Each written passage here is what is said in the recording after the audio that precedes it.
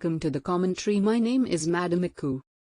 So a former Central Regional Chairman of the opposition National Democratic Congress NDC Bernard Allotey Jacobs has said that he disqualified the ousted members of Parliament for Quayson North James Gyakye Quayson 2 times from contesting in the parliamentary primaries of the party. According to the court, the ousted members of Parliament failed to prove he had renounced his Canadian citizenship when he filed for nominations to contest in the 2020 elections. Speaking in an interview with Peace FM on Tuesday, June 13, 2023, which we monitored, Allotey Jacobs alleged the former MP was afraid of losing his Canadian citizenship in the event he loses the primaries. This is what Mr. Allotey Jacobs said, and I quote, "I happened to be the chairman of the vetting committee when I wasn't the regional chairman. I asked him to present his documents to show he had renounced his Canadian citizenship, but he could not, so I disqualified him. This was in 2012. Then in 2016 I was the regional chairman and I asked him to contest in the Quayson North because he was afraid of Kennedy Gyakye. I once again asked him to present his documents and again he failed to do it. He was afraid of what might happen to him if he renounces his Canadian citizenship and loses the primaries."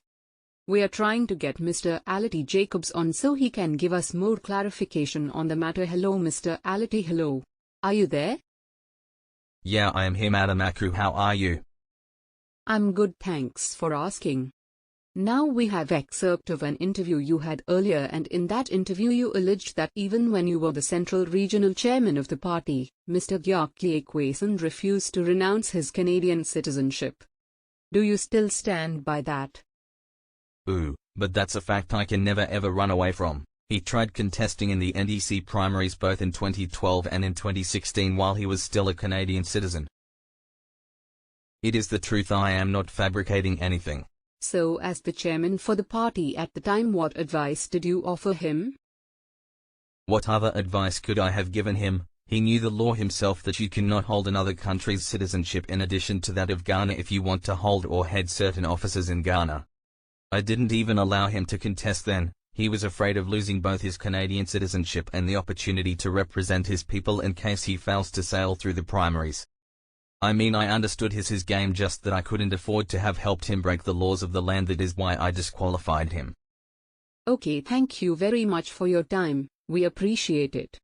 Thank you too for the opportunity. Okay, we now have Mr. Gyakye Quayson on. Hello Mr. Quayson. Hello, Madam Iku. Welcome to the commentary, Mr. Quayson. Thanks for having me. Mr. Quayson, we know that the Supreme Court had already passed judgment about you not renouncing your Canadian citizenship before contesting in the 2020 elections. According to Mr. Allotey, who raised the issue, you refused to renounce your Canadian citizenship then, because you were afraid you might lose the primaries. Well, all I can say is that I have turned off the page on litigating this matter. I leave it to the court of conscience, which Gandhi reminds us supersedes all other courts. As you know, another contest is ahead of us, the by-election. I would want to focus on that instead. Helping to develop my constituency has always been, and remains, my priority, and I would want to assure my constituents that nothing has changed. And I would work even harder than before to win their support and to attain these goals. So, do you think this matter has come to a close, even as you are preparing to contest in the upcoming by-election? Because we are learning from the NPP side that they would press criminal charges against you very soon. As I said earlier, I leave all these to the court of conscience. I wouldn't want to comment on it further. I hope you understand me.